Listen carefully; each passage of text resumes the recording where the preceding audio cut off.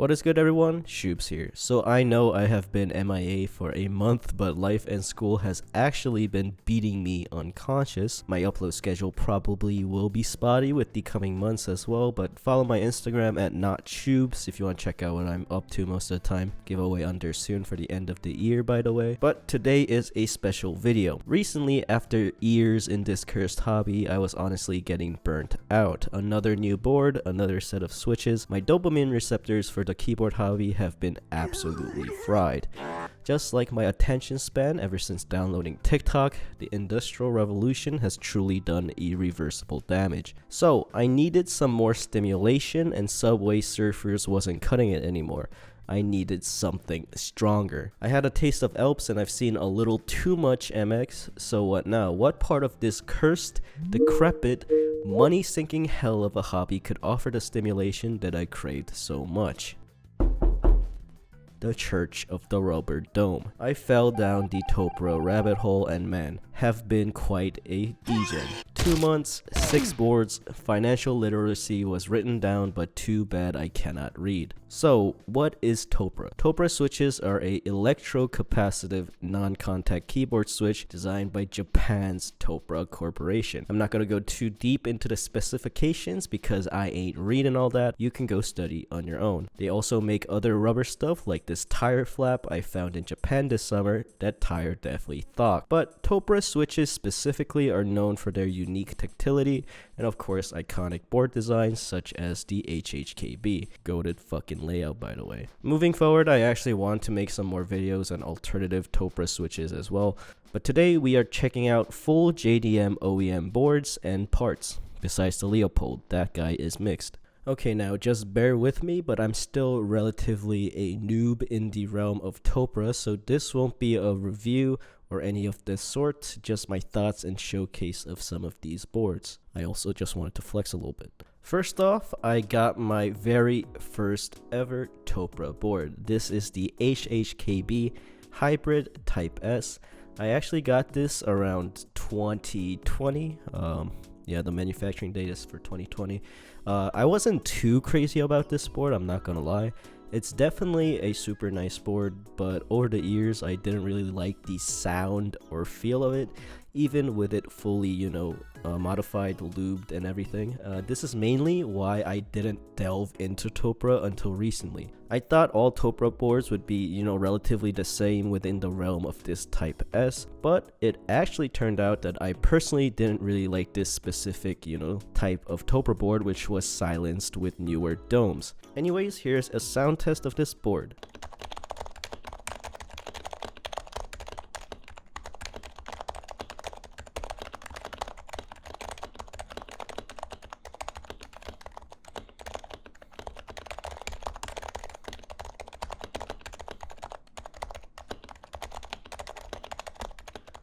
Second, we got the board that really changed my view on topre. This is the HHKB Pro 2 that has been nicely piss yellowed. It's got some custom dyed caps from Blackriver. I'll leave his Instagram down in the bio. Really nice guy. I picked this up from Japan and it is from 2012 with some nicely aged domes, fully non-silenced. Now, I did not notice until recently, but topre switches with age become more tactile since the rubber domes stiffen and makes the tactility a lot sharper. In MX terms, although that's not a very good comparison, but for your idea, the closest difference in tactility will be going from something like a T1 switch to something like maybe a Boba U4T in terms of tactility, but overall it is definitely quite noticeable, especially in the sound as well as feel. I really like the feeling of aged domes. I actually really fell in love with this though. I realized how unique topre really could be, and with this, like that first puff of crack, I was absolutely hooked. Now here is a sound test.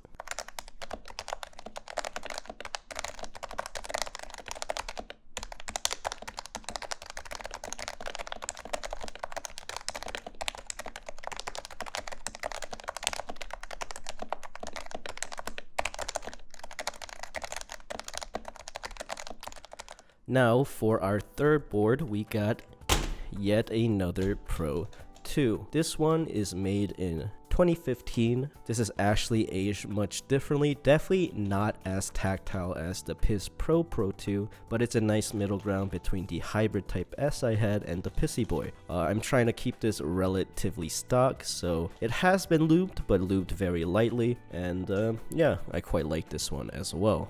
So here is a sound test.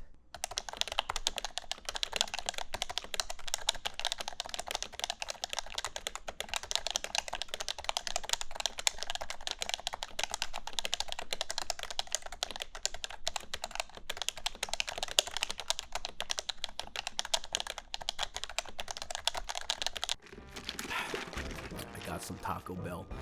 Dude, I tried Baja Blast for the first time.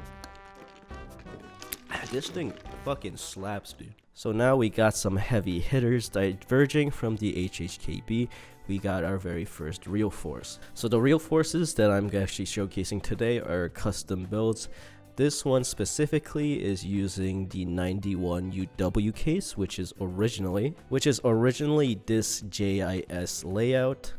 It's honestly pretty based, but I wanted the standard Sangen row and stuff, you know, so I put in a 86U internal in it. Honestly, I did all this because I wanted this JustSystems logo on the top right corner. I have severe brain rot. So this build particularly has stock variable domes, which is different key weights on different parts of the board, and honestly is pretty interesting. Not my favorite, but definitely something pretty fun. And the board also features a stock stainless steel plate, which is different from the integrated plastic plate that are found in the HHKBs. Personally, I found that I really like stainless steel more. I felt like the bottom out was a bit harsher, but with the texture, you know, like the softer texture of the domes, it paired quite nicely, and the overall sound profile was noticeably different with a crisper bottom out sound. So here is a sound test.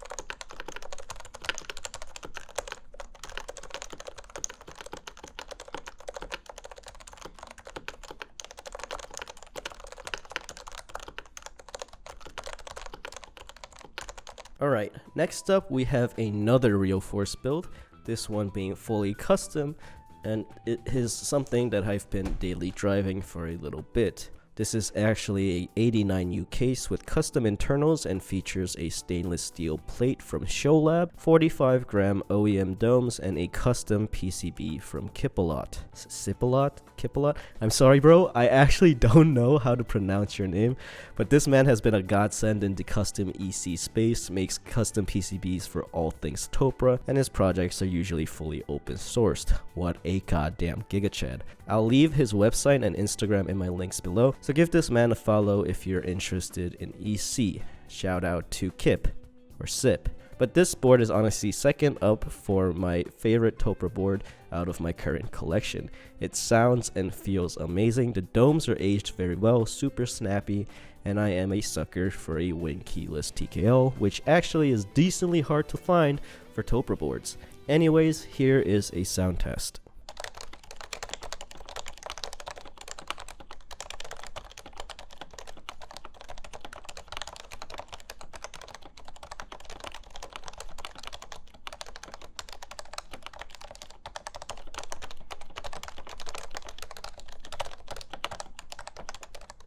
Finally, my last topre board in my collection and my absolute favorite. This is the Leopold FC660c. Leopold is actually a Korean company, but they're utilizing the Japanese topre. Finally, we have peace between the two countries.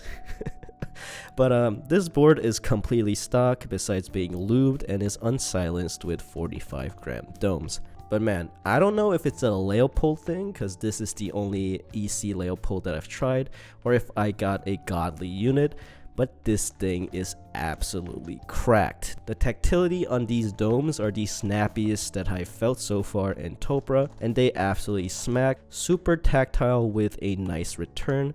The sound is crisp and thocky at the same time. I know I have brain rot, but I don't know what else to say. This thing absolutely slaps. The layout is super nice. I actually am not a huge 65% enjoyer, but I don't know, this thing sort of works. I actually quite like it a lot, and yeah, this is So far, my favorite topre board that I've tried. So here is a sound test.